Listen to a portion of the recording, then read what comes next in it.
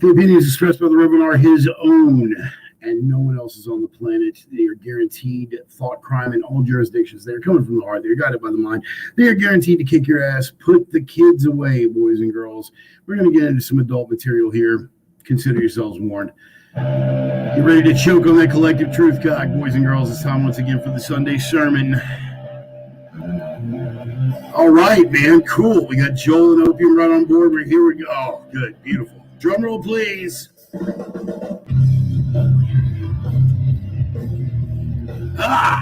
Yeah, my energy may be a little off, but we've always got the theme song, don't we? Dude, I really like that. And, you know, it's so weird, man. It's been about a year since I've been doing this, a little over a year, and this happened to be the song that I threw on the first day I just decided to do that thing with the gas mask. And it's just kind of become the bumper music since then, man. I hit the guys up. I told them I was using it, so here we are. Let me see, man. We got Roman and the wife on board. We got Joey, the Sultan of Sarcasm. All right, man. That'll be fantastic. I'm on the phone with her brother. And today, no problem, man. Feel free to chime in wherever. We got Joel. We got Wayne. Old friends are the best friends, especially since we're getting older all the fucking time, aren't we, my friend? Aren't we? Oh, man, good to have you on board, though. We got Emmy. Let me see, man. Yeah, rocking it with a little Red Desert. As always, that is the bumper music. Once again, for any of you guys that have missed it, yeah, Red Desert, Older No Wiser is the name of the track. And I felt like it was appropriate for a couple of reasons. I picked it basically a year ago. It was a week that was on, and it was right before, and now here we are like a year past that. I did a little dance with the gas mask on when the when the pandemic was kicking off. I felt like it was appropriate, but Older No Wiser being the name of the track. Fuck it, man. Let's just rock it for a second, man. Just for you guys to get to hear it. You can hear it out there, yeah?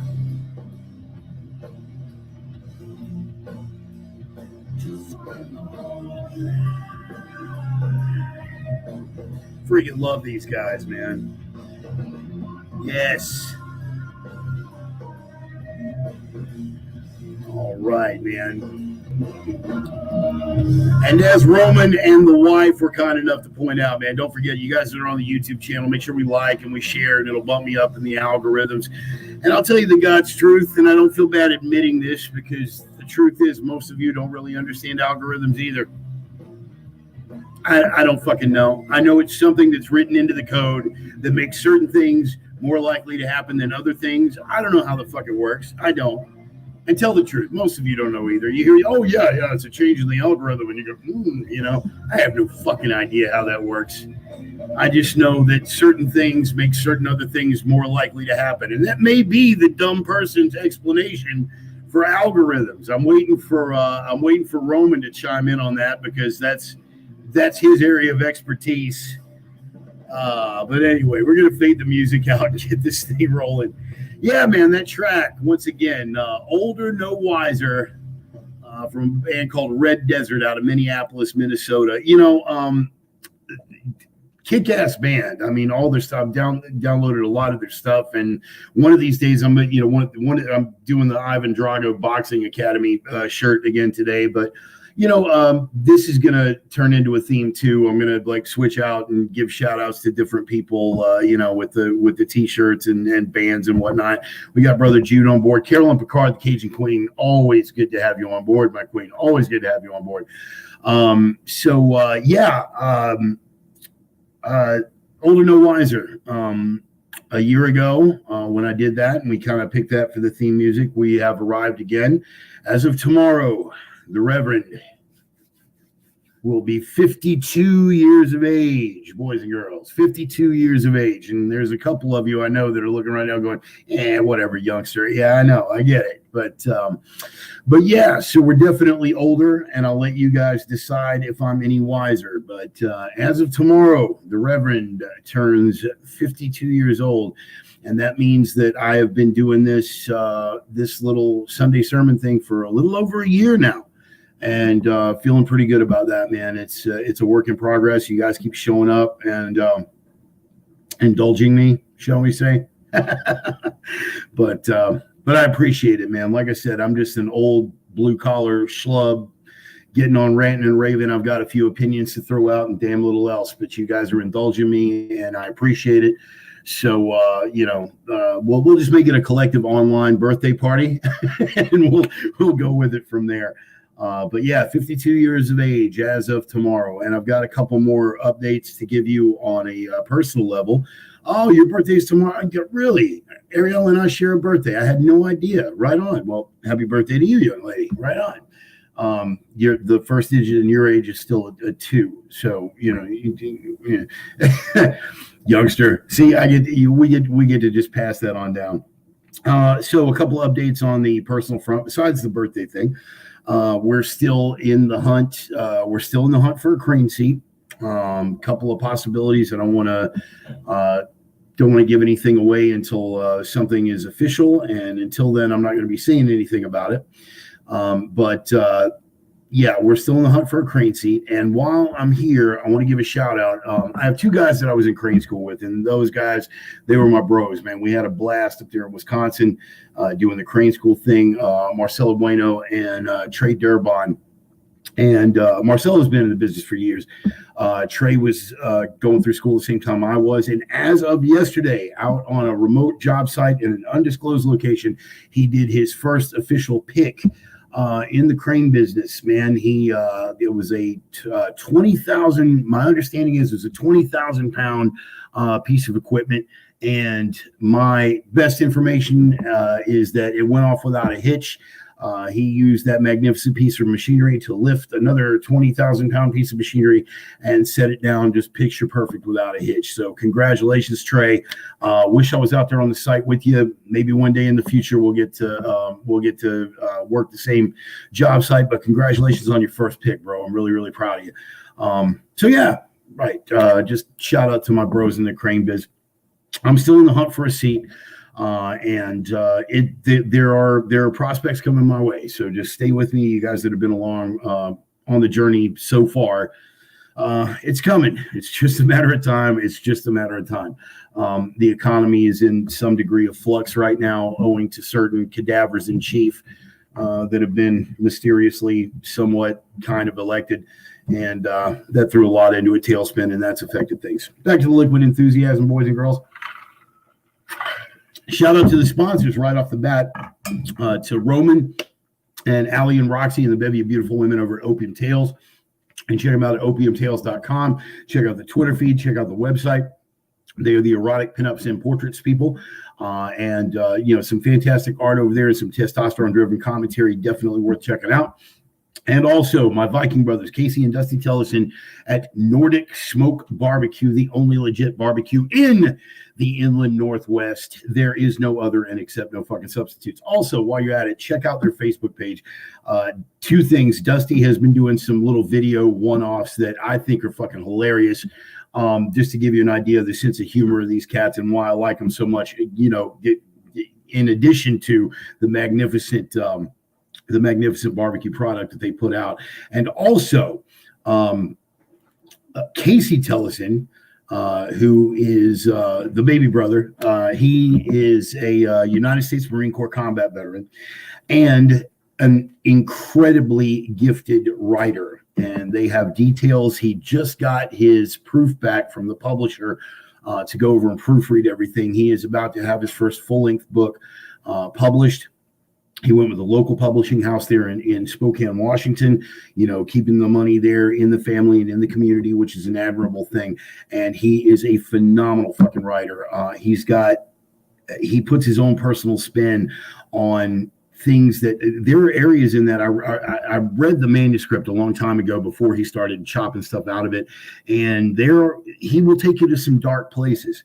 Very, very dark places, as one would expect from a guy who was a machine gunner or a saw gunner for a Marine platoon in combat.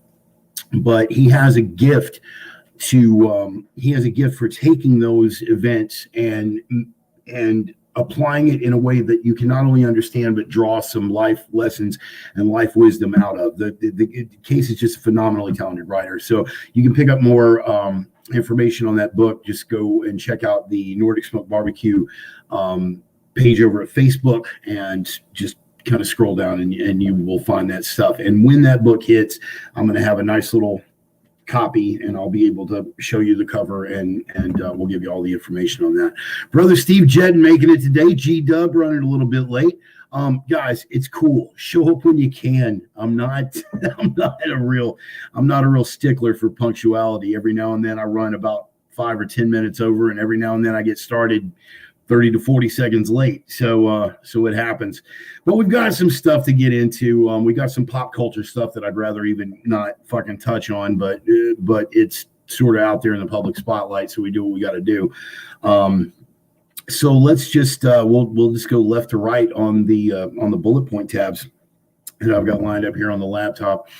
Again, this is about as low tech as it gets, boys and girls. But we're making small improvements as we go along. Major controversy this week about a pop culture hero kind of taking it to the next level. Now, there's been a lot spoken about in the press with regard to QAnon. I'm not a Q guy. I've said this before, and I maintain it. I'm not a Q guy by any stretch of the imagination. Speaking of crane people, real quick sidebar, brother Ryan Jenkins chiming in. He's in the 350 ton. Ryan, catch the replay, buddy. Catch the replay. Eyes on the load, buddy. Eyes on the load. But thanks for popping in, man. Yeah, dude, you're floating around a 350 ton. That is a not inconsiderable piece of equipment out there. So take it. Anyway, back to the Q thing. I'm not a Q person, never have been. I don't ridicule the Q people. Everybody's got their thing. Once upon a time, after certain events in 2001, I was really, well, even way before that. I mean, going all the way back to Oklahoma City in 1995. I mean, I am a conspiracy guy to a degree. Not as much as I was in my youth. But my conspiracies are... my dip into the conspiracy pond, I always have a clear line of demarcation. You have the plausible stuff. And the plausible stuff is based a lot on, the saying that I always fall back on is everything is tinfoil hat until it's declassified. A lot of the stuff that I touch on is areas that it has been declassified. I mean, we know for a fact that Quaker Oats was involved with experiments with the federal government where they fed radioactive isotopes to retarded kids in mental hospitals. That's not a conspiracy theory. That shit fucking happened. We know that the CIA spent decades working on a project called Operation Artichoke involving MK Ultra, MK Delta, MK Naomi, where they literally sought the methods to control people's minds. We know they fucked around with that stuff. We know about Project Mockingbird. We know about, I mean, good Lord, how many things could we, we know that there was actually a plot to stage a hijacking and murder over Cuba as a pretext for war with Cuba during the Kennedy administration. These are things that are, they sound tinfoil hat to the uninitiated, but you do the homework, and these are things that fucking happen. These are the ones that I refer to as plausible conspiracies. Then you have what I refer to as David Icke nut job. That's a whole different classification. I'm sorry, buddy, but you lost me at the royal family or shape-shifting reptilian aliens. Now, having said that, I don't rule it out. I could be wrong. I could be entirely fucking wrong. Somebody could come out with the proof, down the road with the second eyelids and pictures of them like drinking blood and adrenochrome from fucking kids' bodies, whatever. It could come out. It totally could. Right. But for the time being, I don't fucking believe that shit. I think it sounds completely fucking insane when you start talking about the royal family being shape-shifting reptilians. You know what I mean? So that's pretty much my split on the conspiracy thing. As far as Q goes, the Q people they straddle the line with me. They throw out a lot of stuff that really is, in light of what's declassified and in light of what I know personally and in light of what a lot of you out there already know, stuff that sounds entirely fucking plausible. We know that money takes care of money. We know that power takes care of power. We know that high-ranking politicians have been involved in pedophile rings. We know this. Great Britain, the members of parliament and stuff that were involved with the grooming gangs over there. This is all like declassified shit. It's no secret that there are people in power positions that are fucking pedos, that's out there. But as far as like the overarching Q thing where it's a global conspiracy of satanic pedophiles and all this other, no, dude, I'm sorry. You fucking lost me. There are too many things. Oh, no, we know about Admiral Byrd, bro. We know about Admiral Byrd. Dude, Ryan, I'll get into that discussion with you another day. That's me and you over a cup of coffee, bro. That's me and you over a cup of coffee. But here's the thing with the Q people, man. I mean, they've tripped up and they've tripped up on a number of things, and some of this stuff is just absolute whack job, and they've made it too far reaching and too overarching. And I'm not a Q person. I don't ridicule the people that are in it. And this leads me back to this first little bullet point up here on the laptop that I'm about to go into, because sometimes pop culture, this kid, God love the kid, man. Lil Nas X. He had that was Old Town Road a couple of years ago that was just, cheesy little pop country song, and it became a fucking hit, and the dude made a ton of fucking money, and good on him, dude. Good on him. I'm not mad at Lil Nas. I'm the furthest thing in the world from a fucking homophobe. None of that shit fucking affects me. I don't care. Lil Nas, you're making a ton of money. Good on you. But he took a turn last week, and it took me forever to get around to watching it because I just don't like playing into pop culture narratives. I think it's all bullshit. I think we spend way too much time on these bread and circus distractions, but it was just over and over and over again. And I'm hearing about, a limited edition of 666 pairs of shoes that are printed with human blood and made by Nike with child slave labor and the fucking pentagrams on them and all this other stuff. And he's doing videos where he's lap dancing on the devil and all kind of. I was like, all right, I got to fucking see this. I got to see it. So I went and I sat through 3 minutes and 14 seconds that I will never fucking get back and watch this video. Wow. I mean, fucking wow.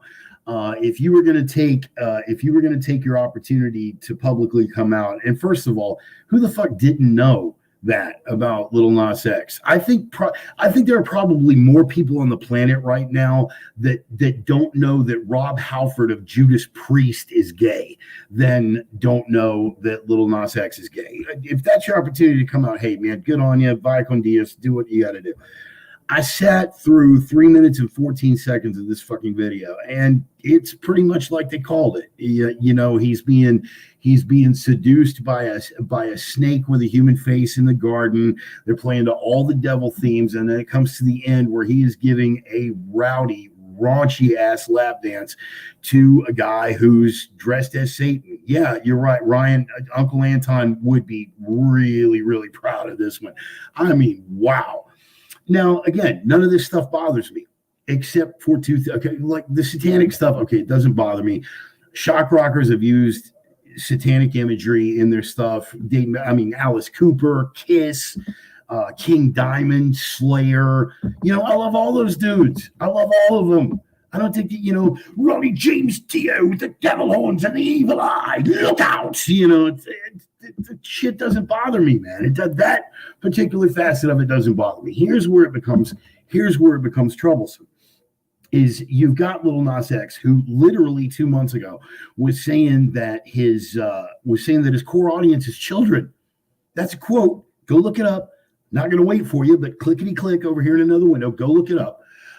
Just literally 2 months ago, this guy was saying that his core audience is children, and now he's doing an erotic lap dance on a guy dressed as the devil. Yeah. And then going on to use this video to market tennis shoes that are produced by Nike. The shoes are produced by Nike. Nike was allegedly in no way involved with the marketing.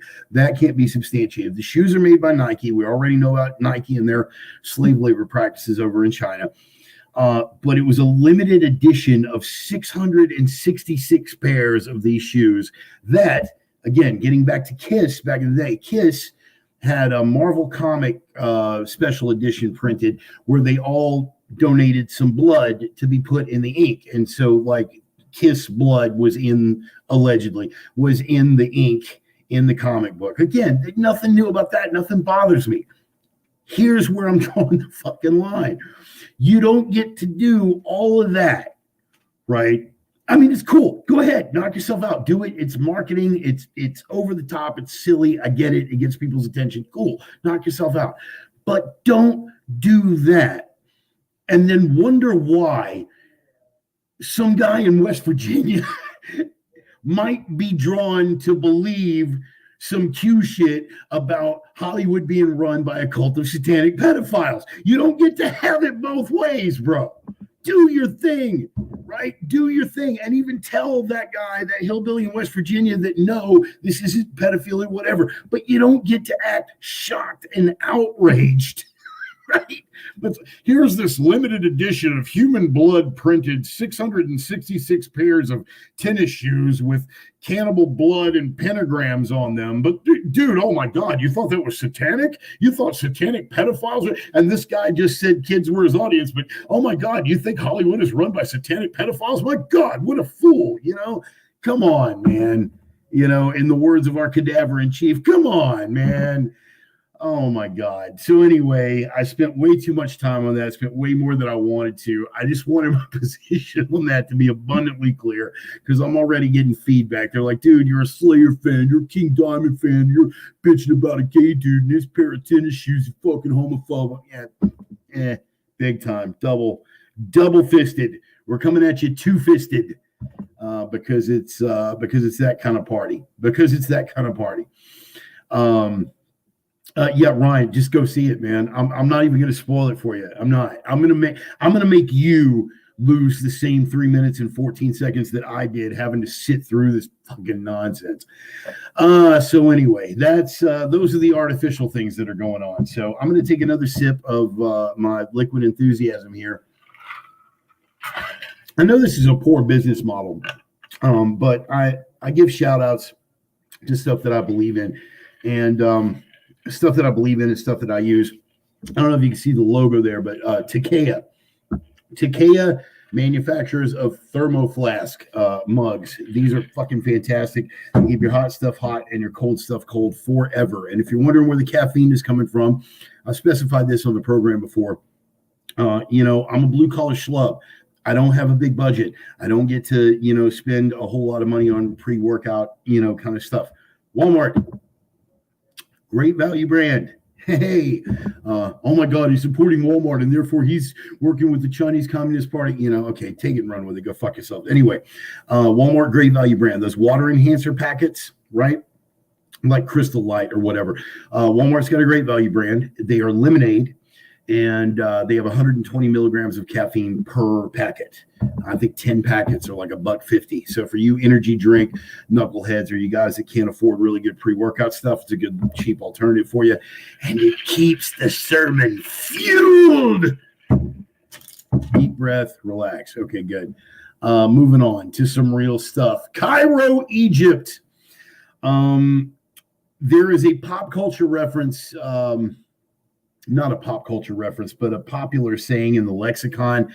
It's an expression where one person intervenes in another person's pursuit of a member of the opposite sex, and we call it cock-blocked. As of this week, the expression has officially been adapted to, you have not been cock-blocked, you have been Suez Canaled. That is correct, boys and girls. Hashtag Suez Canaled. A container ship, an evergreen container ship. And again, not going to get into the Q stuff. I see the Q people out there. I love you. You know, I know you're in my audience and you know up front that I don't completely follow your stuff. I love you. I love you guys for your support. I've seen all the stuff about Evergreen being the code name for the first lady when she was in office. The Secret Service code name was Evergreen, and you want those, you know, containers inspected because it's probably all like child sex slaves or what the fuck ever. You know, good on you, man. Knock yourself out. I'm not gonna give that any. What we know is that an Evergreen container ship ran aground in the Suez. Now, you guys, some of you guys and gals that are older may remember another little problem in the Suez that had nothing to do with container ships. It had everything to do with the British and the lingering legacy of colonialism. But this was back in the early 60s. So this is not something we need to get involved with. This is our Suez crisis. And what our Suez crisis consists of is basically one big fucking ship that has managed to get itself cockeyed and blocked the entire passageway of the Suez Canal. That's right. Blocked the entire fucking passageway. You've got one container ship. I'm trying to get the right angle for the camera. Looking like this. It's blocked the whole fucking canal. Couple of things, just random observations. Is anybody else, particularly Ryan, dude, I want you to chime in on this. Ryan, doesn't it strike you as odd? And also Jeff Truitt, if you're out there, doesn't it strike you as a little bit odd that it's just a couple of tugs and we've got one excavator? You've got a freight container ship blocking the entire fucking Suez Canal, and every picture we see there is this one lonely guy with an excavator. Just one. No big cranes, no massive, dozens of pieces of heavy equipment digging stuff out, just a couple of tugboats and this one lonely guy, with an excavator just scooping. That's what he's doing. Just one. I mean, it's fucking sad. It really is. But you guys can do all the homework on this story. The point that I want to get at with regard to the shipping container blocking the Suez, and this is something that I touched on, and I sent it through Mo. First of all, big shout outs to my buddy Mo Baxter, who's out there holding it down for me again. The dude shuns the limelight. God bless him for being out there and keeping my posts going. And as soon as we start having guests on, and we'll put them over here in a little side window. Hopefully I can get Mo on the show. Like I said, he shuns the limelight, but he's carrying things on for me. So Mo, thanks, buddy. I appreciate you. He sent out the post earlier, and I wanted to post this on the Reverend Bart personal page and the fan page. Is the thing that it exposes really is our vulnerability.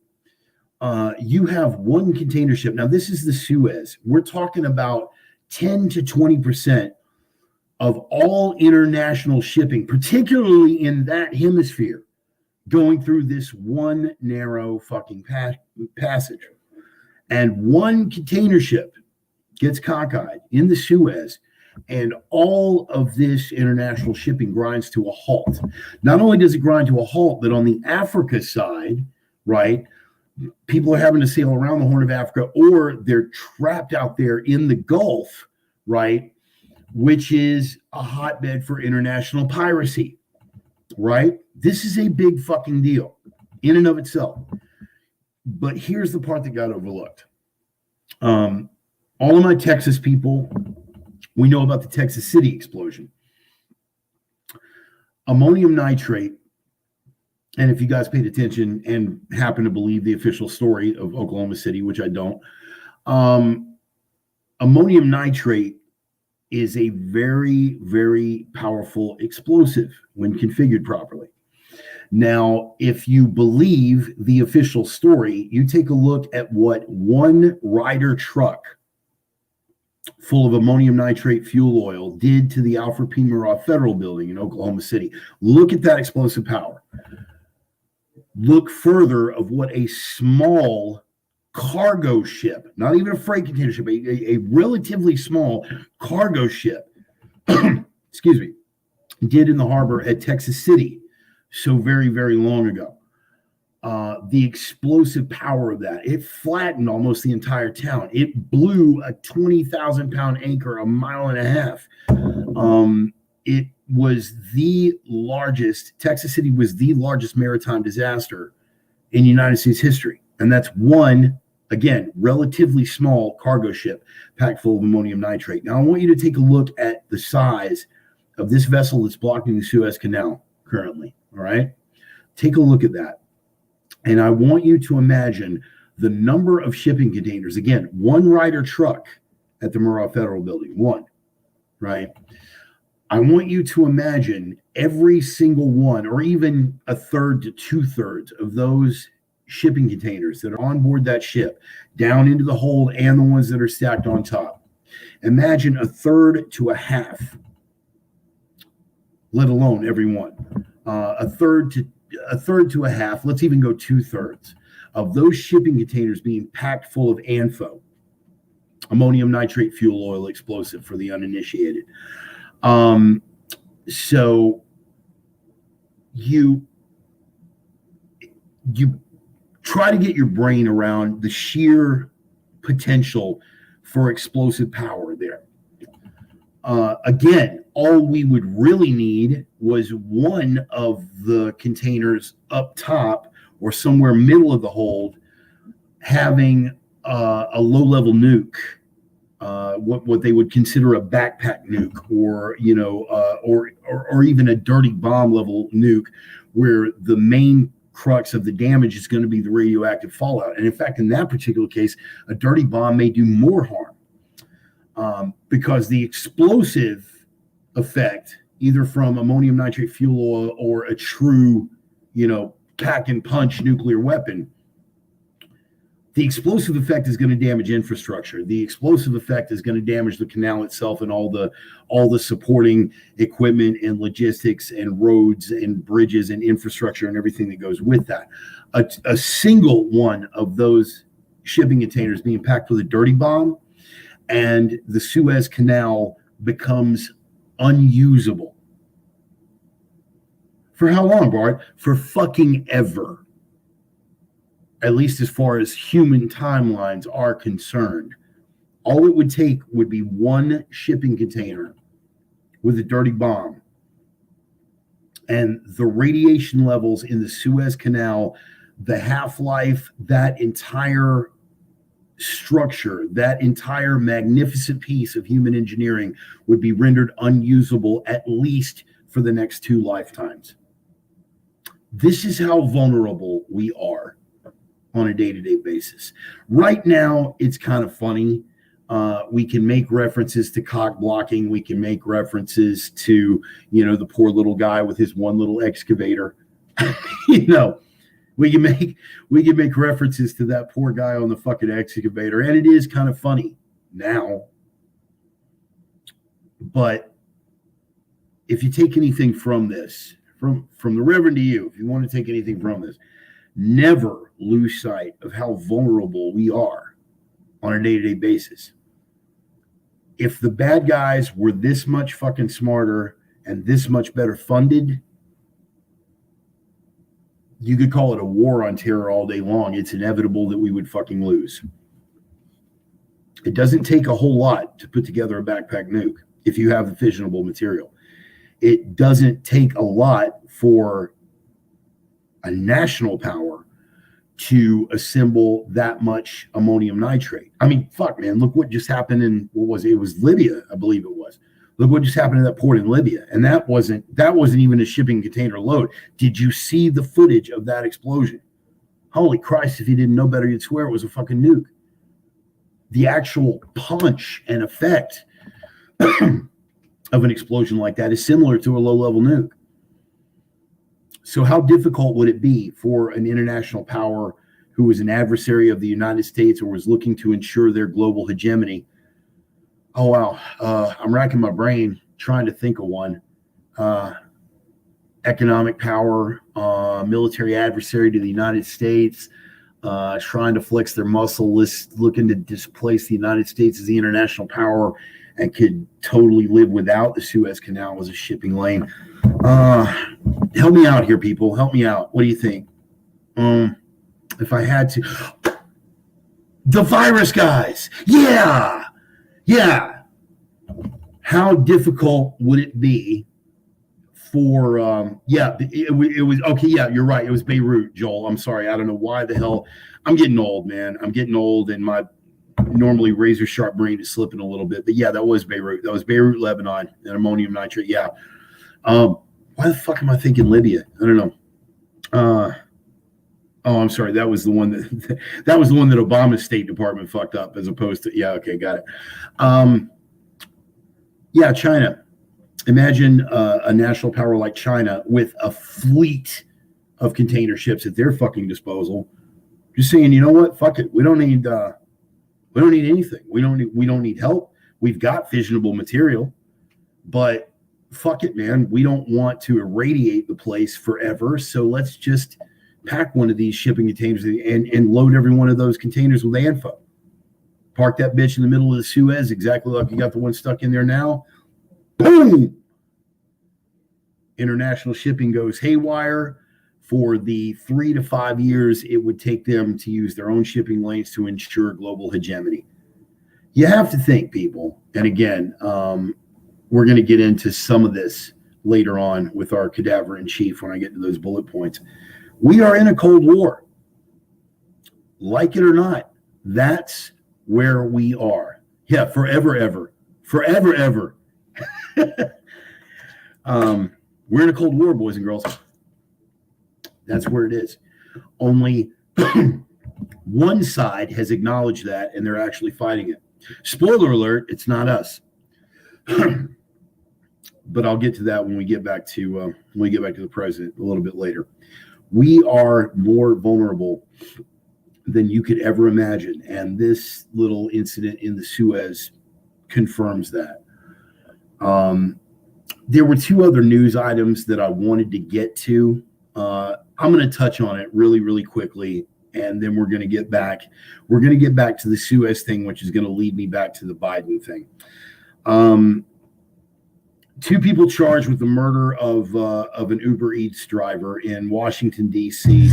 My underwear? Yeah, it's his. And then there's an underwear ad. Thank you for that. Okay, and this is okay, a little comic relief. Everybody lightened up. Did we catch the underwear ad? He's not a sponsor, so I'm not going to let that ad play. Two teenagers, 13 and 15 years old, murdered an Uber Eats driver in Washington, D.C. What do we know that's going on in Washington, D.C.? It should be, what they're telling us, it should be the most secure place in the goddamn country right now.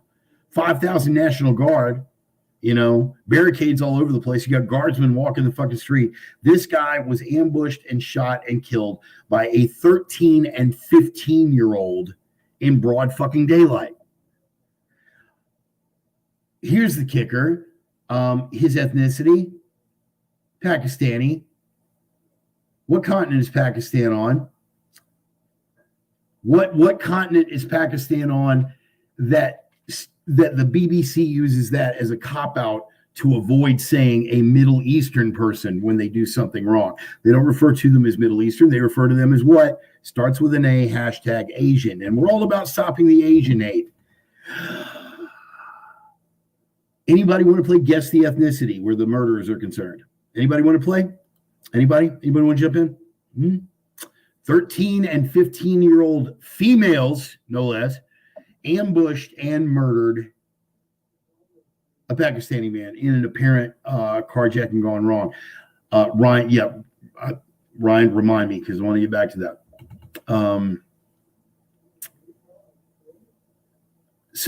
Just wanted to touch on that news and just to highlight the bullshit of the whole hashtag Stop Asian Hate movement. Because the other one that didn't get discussed was one of those same Asian types, because we're talking about continental land masses, was responsible for the shooting in Boulder.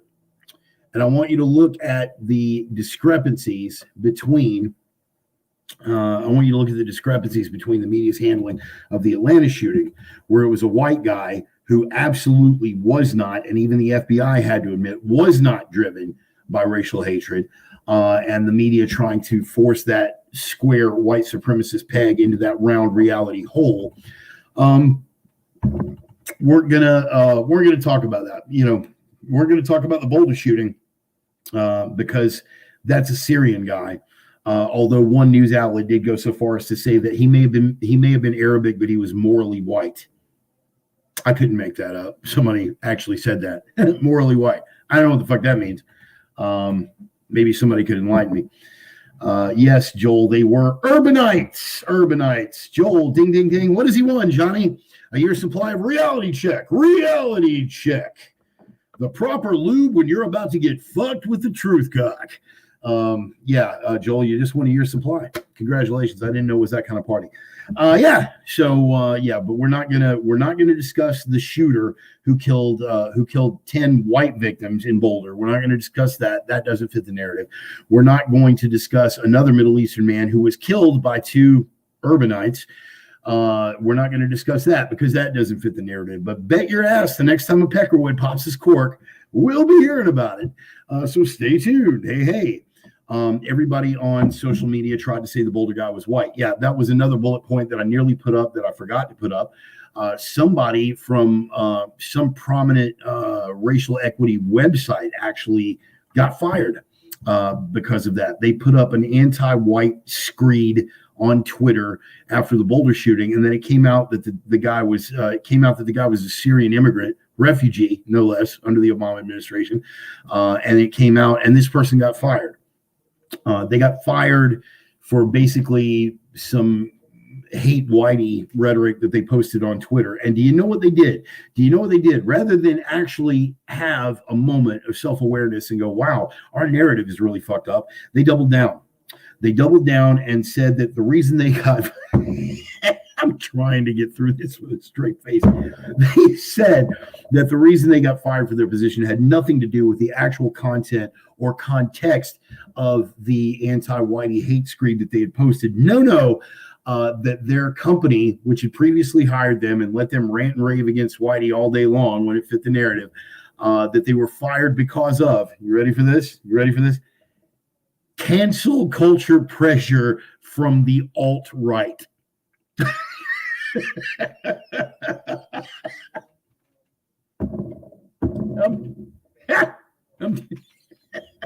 I'm trying.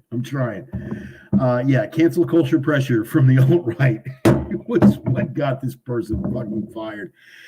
Oh my God! All you can do is laugh, man. This gets back to the core of what I'm saying. Why we don't do the black pill thing here? Why we don't get upset? Why we don't bother with, why we're not going to, oh man, Western civilization is a downward spiral. We observe the reality of that, but sometimes this culture and decline thing is just so fucking tragic. All you can do is laugh. Of course, if you believe the narrative about white people, I'd say all you can do is laugh, because if you don't laugh, you go insane, or if you don't laugh, you cry. If you believe the cultural narrative, for white people, if you don't laugh, you shoot up a shopping mall or go on a 7-state killing spree. I don't know, man. I don't write this stuff. I'm not the guy that writes this stuff. I'm just a blue collar guy with a lot of frustration and some fucked up opinions. That's all that I have about it. Whatever. Liquid enthusiasm. Another slug. We're going to get through this, y'all. We're going to get through it. Just wanted to touch on those 2 bullet points. But again, segue. Suez Canal, Biden, this, that, other thing. 2 things that those 2 news items illustrate. One is the futility of gun control. And all, we spent a lot of time on that last week, and I don't want to rehash it. The actual bill 127 that's coming through, that's got the assault weapons ban and the magazine ban and everything, still has not made it out of committee. It's not going to pass. I continue to believe in my heart of hearts that it's not going to pass. And even if it does, it's going to be quickly shot down, pardon the pun, by the courts. It will take them too long to pack the courts to get enough leftist judges on there to uphold an outright ban on assault weapons and high-capacity magazines. However loosely you choose to define assault weapon, it'll take them too long to pack the court. It'll take them past the midterms. And believe me, they are going to get absolutely crushed in the midterms. I continue to believe that. The futility of the gun control bills that are coming down the pike. I mean, Washington, D.C. has some of the tightest laws in the country, right behind Chicago. Didn't stop them. What were you going to pass? Oh, you're going to raise the age to 21. Those 2 girls were 13 and 15, respectively. They somehow managed to put their hands to a handgun. Right? You had the shooter in Boulder who was under watch by the FBI. He was on the FBI's radar. The FBI have come out and admitted that. And while on the FBI radar and while posting about bad whitey and Islamophobic and we've got to do this violent thing and that violent thing, and the whole time on the FBI's radar, this guy was able to acquire an AR-15, 150-round double drum magazine, and pass a federal background check to acquire these things. My understanding is that he passed the federal background check. If he didn't pass the federal background check, then it further illustrates the futility of background checks. Either way, it's making our point. But my understanding is that he not only passed the federal background check, but did so while on the FBI's radar. And somehow in a fucking market, and gun people, help me out here. Gun people, please chime in the fucking comments. You know how absurd it is, how ridiculously difficult it is right now to find ammo in any of the common calibers. And when I say common calibers, I'm talking, like the big four, 9mm, 5.56, 7.62 by 39, and fucking 308. Big four. I could go big five and say 45, for us old school people that still run 1911s. But the big five, it's impossible to fucking find ammo right now. And if you do find it, you're paying literally 100% premium on the shit. And this guy just went, oh yeah, fuck it, man. I need 300 to 500 rounds of 5.56 and an AR-15, and we're going to do this all in the span of 6 days.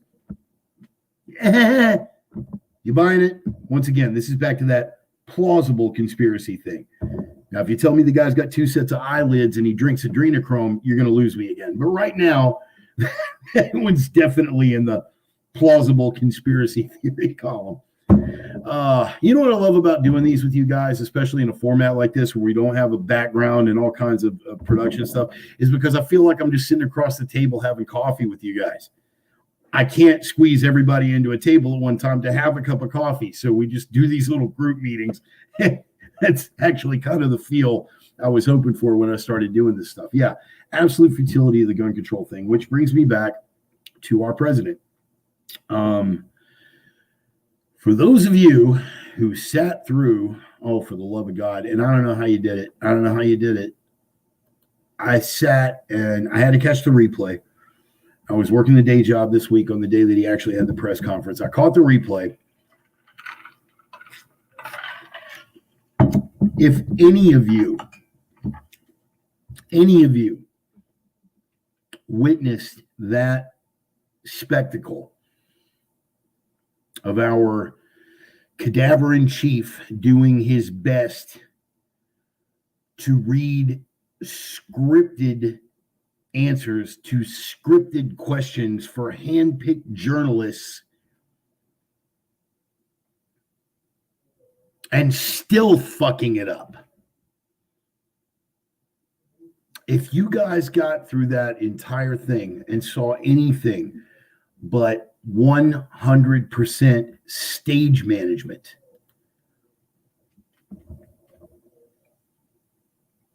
I literally don't know what to tell you. I wanted to have some pithy little retort, some little verbal jab that I could throw at you and make it witty and not too hostile, but it's that rare occasion that words fucking fail me. If you watch that and you didn't see incontrovertible evidence of a completely stage-managed presidency, then I literally don't know what to tell you. He literally went into a brain fog. Emmy, thank you for that comment, by the way. I didn't realize they had changed their policy. That's really interesting development.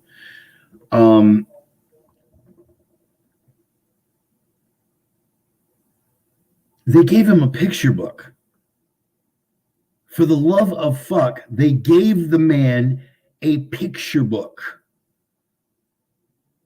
with faces circled of reporters to call on and X's through the ones he was supposed to avoid. They had bullet point answers to the scripted questions that were going to be coming his way from these journalists. It was just enough to make them look like they were asking him hard questions, like about the border and things like that. And he doddered around and ducked and dodged. But in spite of all of this going forward, in spite of all of it, he still froze up more than once. Complete brain freeze. If it's a thing you want to get done with anyway, we're going to get a lot done.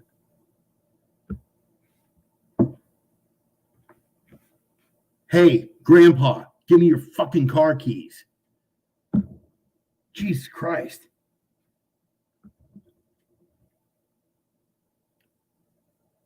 I've been involved in some online discussions with people who say that at least now they're laughing behind closed doors than laughing out in the open. The implication, of course, being that Trump was a laughing stock, and that at least with Biden, they're giggling behind closed doors because he's a polite old man. I'm really not sure. I'm really not sure the supposed logic they're working with there. I don't think anybody's laughing. I want you to imagine being a United States protectorate right now. Imagine being a United States protectorate. Let's say you're a member of NATO. Let's say you're a NATO country that is counting on the protection of the United States should your assets be threatened, like, say, the shipping that European countries count on that comes through the Suez Canal. Let's say that you're an American protectorate like Japan, dangerously close, medium-range ballistic missile close to North Korea.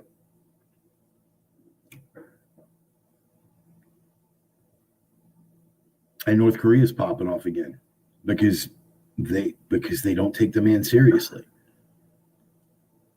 Rocket Man started his fucking missile test again. And who are those guys allied with again? Can't say the C word. Imagine being Taiwan. Imagine being a citizen of Taiwan, let alone a member of the Taiwanese government or the Taiwanese president herself. Imagine that. And watching that press conference, this doddering cadaver of a human being stumbling his way through entirely scripted questions and answers with hand-picked journalists asking hand-picked questions. Did that represent strength? Did that represent competence?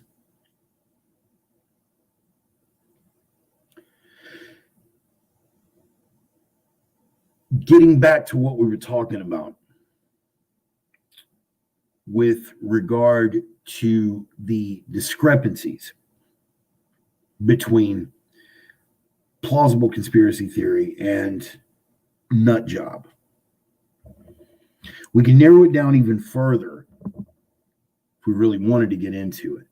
And maybe we should, where Biden's concerned. There are a lot of people, myself included, full disclosure, who believe that Joe Biden is entirely compromised to the Chinese Communist Party. I could spend an entire sermon making a case for that. Flying as a sitting vice president, flying his son, his crackhead son, on a presidential aircraft, Air Force Two, to China to negotiate with a private Chinese banking concern for his own benefit, not, for personal benefit, not dealing with international policy. He's got ties there. You can do your own homework on that, and maybe we'll spend a whole sermon exploring it. A lot of people will say, well, you can't verify that. Yeah, well, okay. Yeah, you can make that case. What do they say? Where there's smoke, where there's enough smoke, there's bound to be a little fire. Isn't that what we heard for 4 years with regard to Russian collusion? So here you have a guy. On the one hand, it's entirely possible. A guy who excuses the genocide of the Uyghur Muslims as different cultural norms. Wow, that's interesting. Definitely the most interesting take I've ever heard on genocide. Maybe that's why Chamberlain took so long to really flex on the German with the funny mustache. Maybe he just was respecting their different cultural norms. I don't know. History's a funny thing. You can definitely make the case that the guy's entirely compromised, even assuming. Let's set that off to the side for a minute. What you believe, what I believe, what we think we make a case for. Even assuming that the guy is not entirely compromised, I think it's pretty much irrefutable at this point that he's in a substantial and progressed state of cognitive decline, early onset dementia, whatever you want to call it. The man's walking around in a fog. I would postulate to you, as a supposition, that he's not actually running the show.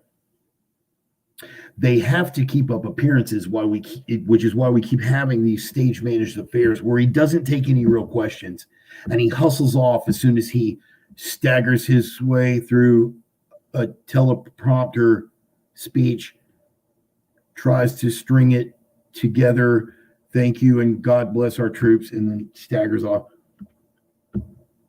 The guy's clearly, if he's not directly compromised to China, he's definitely too incompetent to be able to hold down a conflict with the aforementioned Asian nation. And if you were a United States protectorate right now, you've got to be shitting yourself.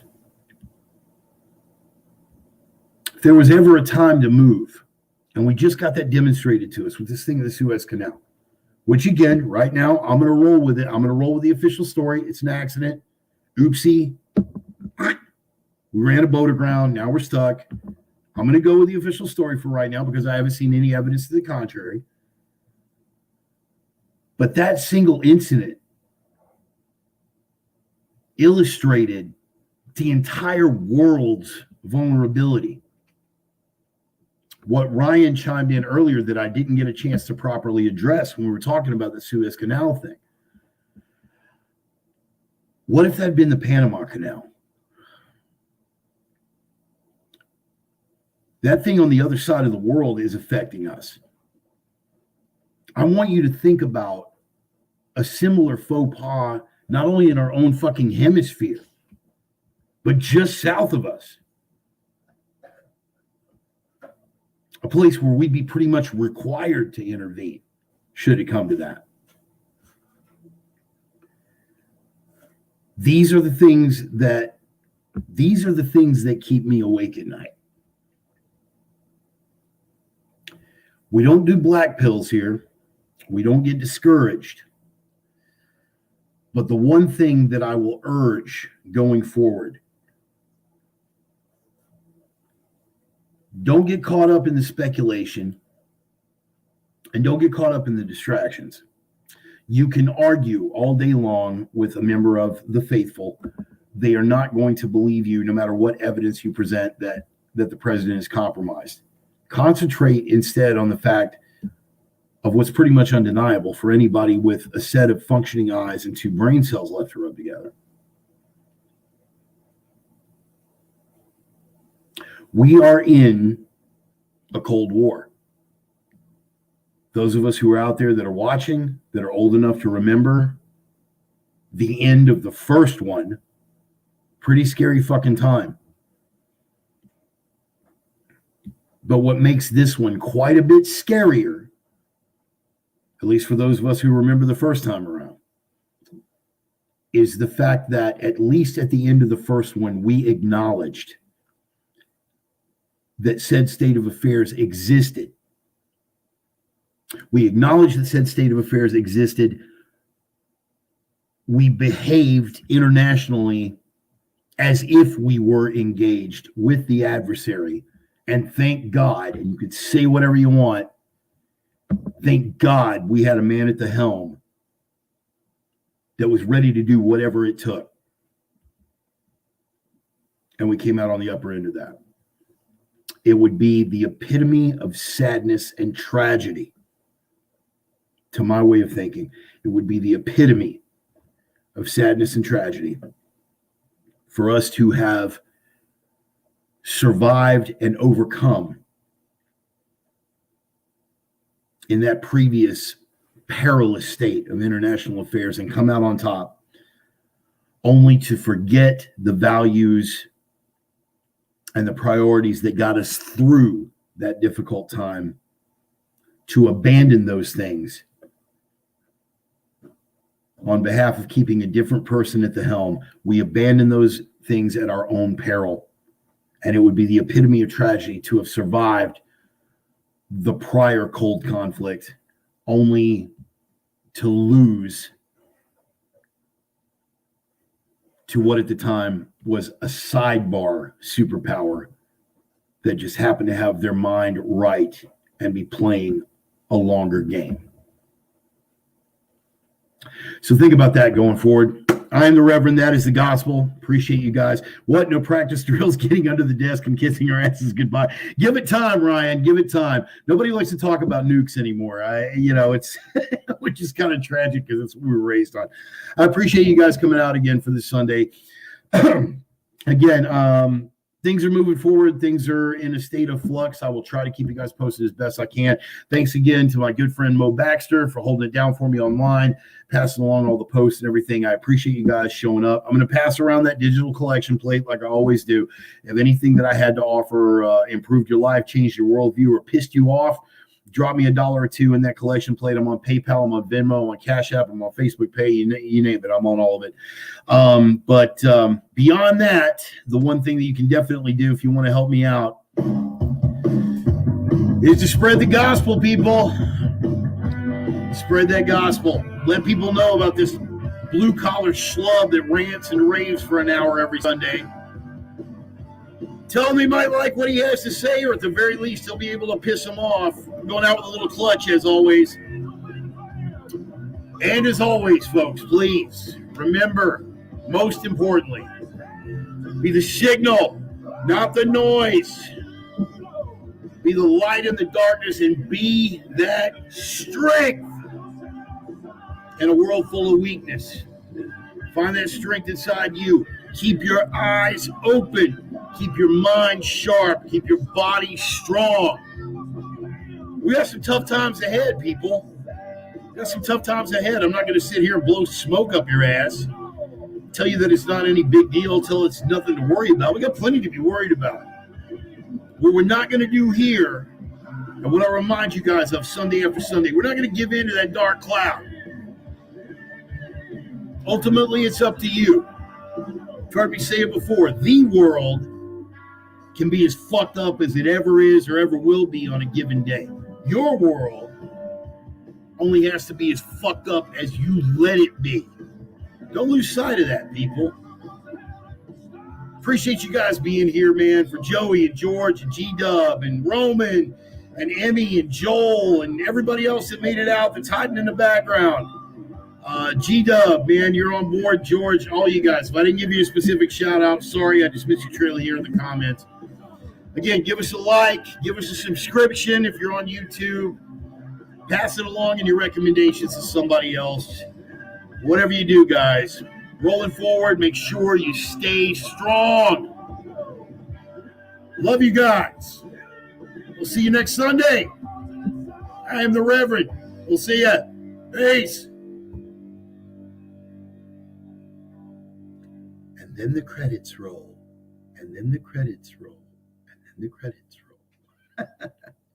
See you next Sunday, folks.